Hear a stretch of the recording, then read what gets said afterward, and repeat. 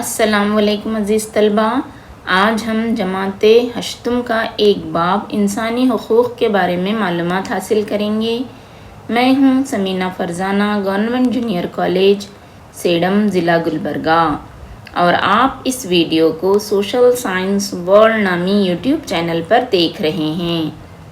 پیارے بچوں، انسانی حقوق سے کیا مراد ہے؟ جب سے انسانی تہذیب کی ترقی ہوئی ہے، تب سے ہی انسانی حقوق کا تصور ہمارے سماج میں پایا جاتا ہے۔ پرامن بقائے باہم انسانی حقوق کے لیے ضروری ہے، یعنی خود بھی امن و چین سے رہیں، اوروں کو بھی امن و چین سے رہنے دیں۔ حقوق جمہوریت کی عمارت کے ستون ہوتے ہیں۔ جمہوریت کی بقا کے لیے بنیادی حقوق بہت ضروری ہیں۔ مشہور سیاسی مفکر H.A. لاسکی کہتا ہے کہ ایک ملک کو اس کے انسانی حقوق کے ذریعے ہی پہچانا جا سکتا ہے۔ انسانی حقوق سے اچھے معاشی نظام کی ترقی ہوتی ہے۔ اقوام متحدہ نے انسانی حقوق کا اعلان کیا ہے اور کہا ہے کہ انسانی حقوق کی حفاظت کرنا ہر ملک کی ذمہ داری ہے۔ انسانی حقوق ایک انسان کے بنیادی حقوق ہوتے ہیں۔ کچھ اور تفصیل سے ہم انسانی حقوق معنی اور اس کی ترقی کے بارے میں جانیں گے۔ انسانوں کو وقار بھری زندگی گزارنے کے لیے انسانی حقوق بہت ضروری ہیں۔ انسانی حقوق انسان کو آفاقی ترقی کے لیے آگے بڑھاتے ہیں۔ پرانے زمانے کے یونان کے شہر ایتھنز، اسپارٹا میں ہمیں انسانی حقوق کی جڑیں ملتی ہیں۔ یعنی ہم جب یونان کی تہذیب پڑھتے ہیں تو وہیں سے ہمیں انسانی حقوق کے لیے جدوجہد اور اس ممالک میں انسانی حقوق کی بحالی کے بارے میں ہمیں معلومات حاصل ہوتے ہیں۔ تو اس سے ہمیں پتہ چلتا ہے انسانی حقوق کافی پرانے مانے جاتے ہیں۔ پلاٹو، ارسطو، سقراط کے مطابق ملک اور فرد کے درمیان تعلق کے سلسلے میں جو بحث ہوئی ہے، اس میں انسانی حقوق پر بھی بحث ہوئی ہے۔ تو پیارے بچوں، پلاٹو، ارسطو اور سقراط بھی انسانی حقوق کی حمایت کرتے رہے ہیں، جو قدیم یونان کے فلسفی مانے جاتے ہیں۔ اب دیکھیں گے میگنا کارٹا 1215 سن عیسوی۔ یہ ایک قانون تھا۔ اس کے ذریعے 1215 سن عیسوی میں انگلینڈ کی عوام نے بادشاہ جان سے اپنے حقوق کے لیے بغاوت کر دی، اور جس کے نتیجے میں بادشاہ نے معاہدہ کیا اور میگنا کارٹا نامی قانون پر دستخط کیے۔ دوسرے معنوں میں میگنا کارٹا بنیادی حقوق کے لیے لڑی گئی ایک جنگ تھی اور اس کے بعد بنایا گیا ایک قانون تھا۔ میگنا کارٹا کی وجہ سے کلیسا میں حکومت کی مداخلت ختم ہو گئی تھی۔ عوام اپنے جائیداد اور باپ دادا کی جائیداد رکھنے کا حق حاصل کر لیے تھے۔ قانون کی نظر میں سب کو یکساں ٹھہرایا گیا تھا۔ یہ میگنا کارٹا کے رولز تھے، دفعات تھے۔ جدید جمہوریت کی ترقی کے تسلسل میں میگنا کارٹا ایک اہم نشوونما مانی جاتی ہے۔ انگلینڈ کے جان لاک نامی شخص نے پہلی بار باقاعدہ انسانیت پر بحث کا آغاز کیا۔ اس کے مطابق بنیادی حقوق کسی بھی فرد کو دیے جا سکتے ہیں جو اس ریاست میں پیدا ہوتا ہے۔ ہر انسان زندگی اور آزادی کا حق لے کر پیدا ہوتا ہے۔ پیارے بچوں، اب ہم بل آف رائٹس کے بارے میں جانیں گے۔ یہ 1699 سن عیسوی میں لاگو کیا گیا ایک بنیادی حقوق کا قانون تھا۔ اس کے ساتھ ہی ساتھ انسانی حقوق کو پہلی بار قانونی حیثیت اس بل سے حاصل ہوئی تھی۔ جان لاک، روسو، مونٹسکو کے اثرات سے امریکہ اور فرانس میں انقلاب آیا۔ دسمبر 15، 1791 سن عیسوی میں امریکہ کے دستور میں انسانی حقوق کو شامل کیا گیا۔ دیکھیے بچوں، امریکہ نے اپنے دستور میں انسانی حقوق کو شامل کر لیا تھا۔ 1789 سن عیسوی میں فرانس میں انسانی حقوق کا اعلان ایک سنگ میل تھی۔ یعنی اس کا مطلب یہ ہے کہ جو ہے انسانی حقوق کو ایک ایک ملک نے اپنانا شروع کیا تھا۔ فرانس میں آمریت کا خاتمہ ہوا اور جمہوریہ فرانس وجود میں آیا اور اعلان کیا گیا آزادی، مساوات اور جائیداد کا تحفظ۔ یہ 1799 عیسوی کی بات ہے جب فرانس میں انقلاب آیا اور فرانس میں بادشاہت کا خاتمہ ہوا اور وہاں پر ایک جمہوری حکومت قائم ہوئی، تو سب کے لیے جو ہے آزادی، مساوات اور جائیداد کا تحفظ یقینی بنانے کا قانون لاگو کیا گیا۔ اسی طرح پہلی عالمی جنگ کے بعد وجود میں آنے والے جمعیت الاقوام نامی ادارے نے بھی انسانی حقوق کے لیے علیحدہ سے ہدایت نامہ جاری کیا تھا۔ اس کے بعد دوسری عالمی جنگ کے بعد اسٹالن، روزویلٹ اور چرچل کی کوششوں سے اقوام متحدہ کا وجود ہوا۔ اقوام متحدہ نے بھی ہیومن رائٹس یا پھر بنیادی حقوق کو کافی اہمیت دی ہے۔ اب ہم جانیں گے اقوام متحدہ کا تمہیدی اعلان کیا ہے، جس میں کہا گیا ہے ہم دنیا بھر کے لوگوں نے یہ فیصلہ کیا ہے کہ ہماری آنے والی نسلوں کو جنگوں کی تباہی سے تحفظ فراہم کریں گے۔ جنگوں نے 2 مرتبہ انسانیت کو غمزدہ کیا ہے۔ اس اقوام متحدہ کی تشکیل انسانی حقوق کی پامالی کو روکنے کے لیے کی جا رہی ہے۔ اس مقصد کے لیے 10 دسمبر 1948 عیسوی میں اقوام متحدہ نے تمام ممبر ممالکوں کو یہ ہدایت دی کہ وہ انسانی حقوق کی ضروری طور پر پاسداری کریں۔ پیارے بچوں، انسانی حقوق اور ہندوستانی دستور کے بارے میں اب ہم جانیں گے۔ دفعہ 12 سے 35 کے تیسرے باب میں ہمیں بنیادی حقوق کے متعلق معلومات حاصل ہوتی ہیں جو ہمارے دستور میں ہیں۔ دستور کہتا ہے کہ بنیادی حقوق کیا ہیں۔ سب سے پہلے مساوات کا حق، جو ہمیں دستور میں 14 سے 18ویں دفعہ تک لکھا ہوا ملتا ہے۔ اسی طرح آزادی کا حق، یہ دفعہ 19 سے 22 تک جو ہے پایا جاتا ہے۔ مذہبی آزادی کا حق، یہ جو ہے 25ویں دفعہ سے 28ویں دفعہ تک ہمارے دستور میں پایا جاتا ہے۔ اسی طرح معاشرتی حق اور تعلیمی حق، یہ 30 سے 29 دفعہ کے درمیان پایا جاتا ہے۔ اسی طرح حق تلفی کا حق کر کے دستور نے ہمیں ایک اور حق دیا ہے، وہ دفعہ 23 سے 24 کے درمیان پایا جاتا ہے۔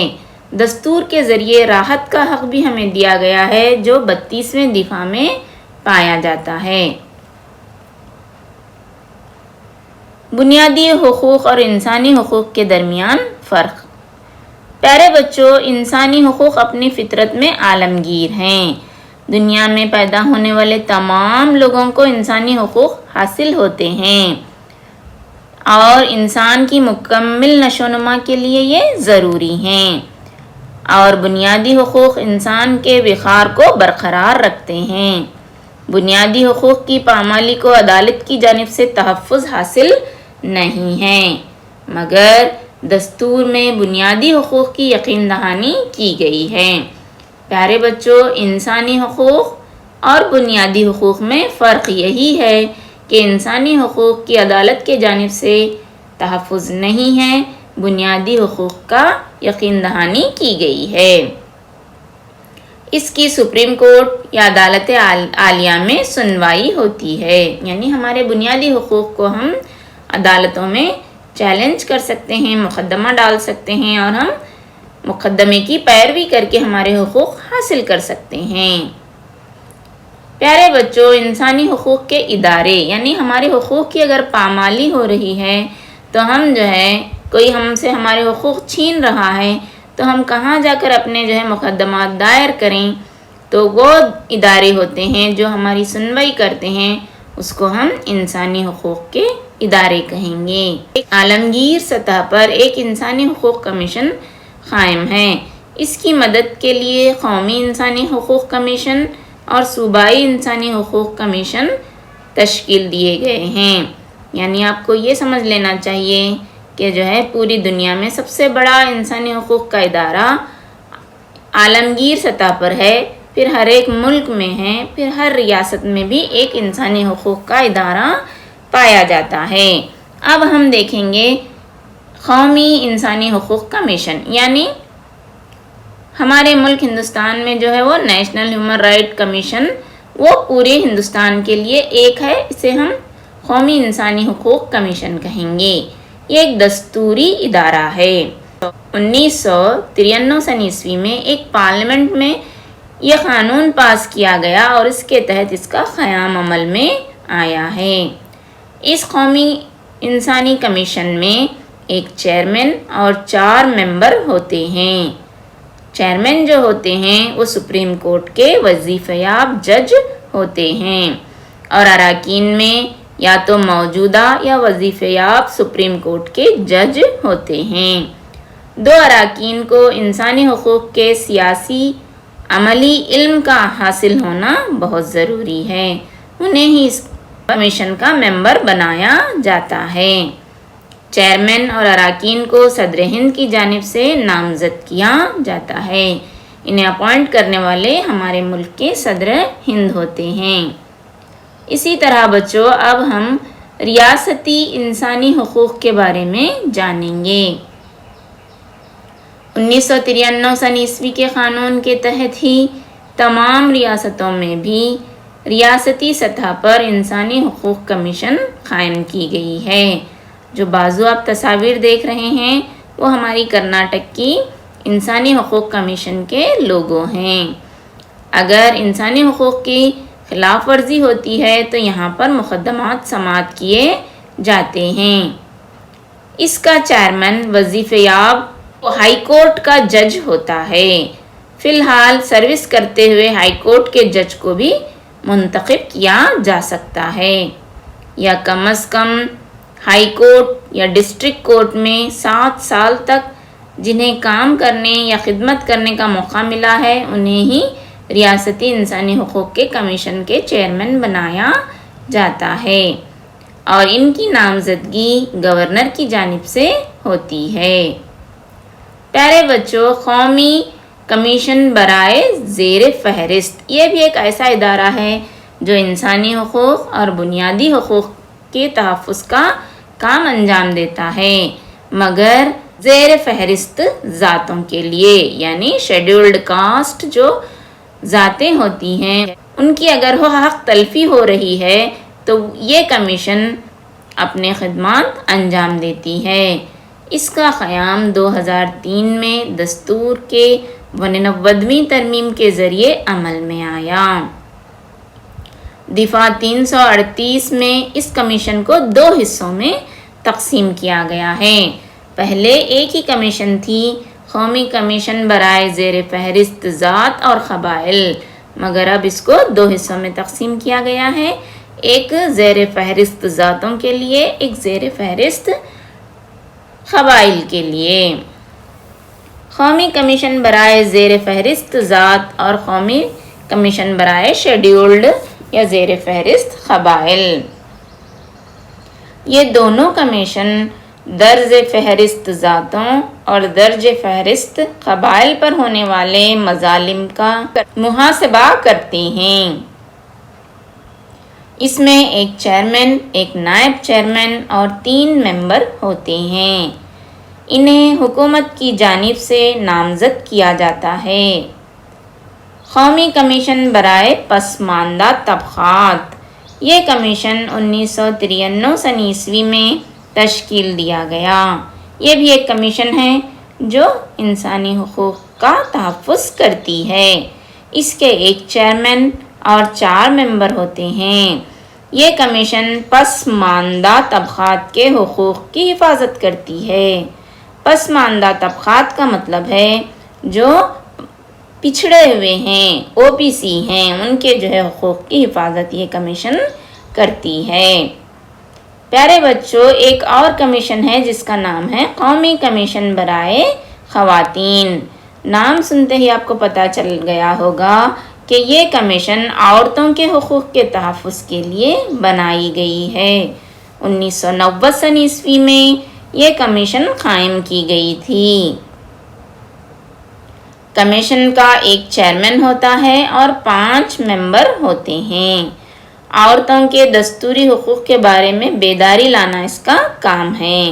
اس کے ساتھ ساتھ عورتوں کی تعلیم، صحت اور معیشت کے بارے میں مطالعہ کرنا بھی اس کمیشن کا کام ہوتا ہے۔ پیارے بچوں، اب ہم دیکھیں گے کمیشن برائے اقلیت۔ اقلیت بولتے ہی آپ لوگ سمجھ جانا مائنورٹیز۔ یہاں پر مذہبی اقلیتوں کے بارے میں بیان کیا جا رہا ہے۔ یہ کمیشن مذہبی طور پر اقلیتی طبقے کے حقوق کی حفاظت کرتی ہے۔ اس کا قیام 1992 میں کیا گیا۔ اقلیتوں کے حفاظت کے لیے یہ کمیشن سرگرم رہتی ہے۔ کمیشن کا ایک چیئرمین، ایک نائب چیئرمین اور 5 ممبران ہوتے ہیں۔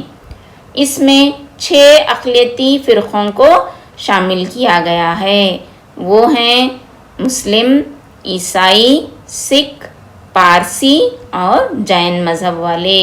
ہمارے ملک ہندوستان میں ان 5 طبقات کو اقلیت کہا جاتا ہے کیونکہ یہ کم تعداد میں ہیں۔ اقلیتی اقوام کی ترقی اور حقوق کی حفاظت ہی قومی کمیشن برائے اقلیت کا کام ہے۔ پیارے بچوں، معلومات کا حق بھی ایک ایسا حق ہے جو انسانی حقوق کا تحفظ کرتا ہے۔ اسے ہم رائٹ ٹو انفارمیشن ایکٹ کہیں گے۔ 2005 میں یہ ایکٹ منظور کیا گیا۔ اس ایکٹ یا قانون کا مقصد عوامی زندگی میں پھیلی ہوئی رشوت خوری کی جانچ پڑتال کرنا، انتظامیہ کو صاف اور شفاف بنانا اور حکومت کو عوام کے سامنے جواب دہ ہونے کا حق دیتی ہے۔ یہ ایک حکومت سے اطلاعات جمع کرنے کا اختیار اور درخواست کے پیش نظر دیا جاتا ہے۔ اگر ہمیں حکومت کے کسی بھی معاملات کے بارے میں معلومات حاصل کرنا ہے تو جو ہے رائٹ ٹو انفارمیشن کا ہم استعمال کرتے ہوئے ایک درخواست دے سکتے ہیں۔ اس کے عوض میں حکام یعنی گورنمنٹ سرونٹس جو ہوتے ہیں یا پھر جو اعلیٰ عہدیدار ہوتے ہیں انہیں 30 دن کے اندر جو بھی انفارمیشن، جو بھی معلومات پوچھے گئے ہیں اس کو فراہم کرنا ہوتا ہے۔ اگر معاملات زندگی اور آزادی سے منسوب ہو تو 48 گھنٹوں کے اندر ہی حکام کو معلومات کے حق کے تحت جس نے بھی یہ رائے مانگی ہے اسے فراہم کرنا ہوتا ہے۔ مگر ایک بات یہاں یہ ہے کہ اطلاعات فراہم کرنے سے حکومت انکار بھی کر سکتی ہے۔ اس کی صورت یہ ہے کہ اگر ملک کے تحفظ کے بارے میں پوچھا جائے، ملک کی سالمیت کے بارے میں پوچھا جائے یا وہ بتلانے سے ملک کے تحفظ اور سالمیت کو خطرہ پیدا ہوتا ہے تو جو ہے حکومت ایسے اطلاعات فراہم کرنے سے انکار بھی کر سکتی ہے۔ تو پیارے بچوں، یہ تھا آج کا سبق انسانی حقوق۔ میں امید کرتی ہوں کہ آپ نے اسے اچھی طرح سمجھ لیا ہوگا۔ اللہ حافظ، شکریہ۔ ہمیں اپنی دعاؤں میں ہمیشہ یاد رکھیے گا اور بار بار ان اسباق کو دیکھیے گا تاکہ آپ اچھی طرح سمجھ پائیں۔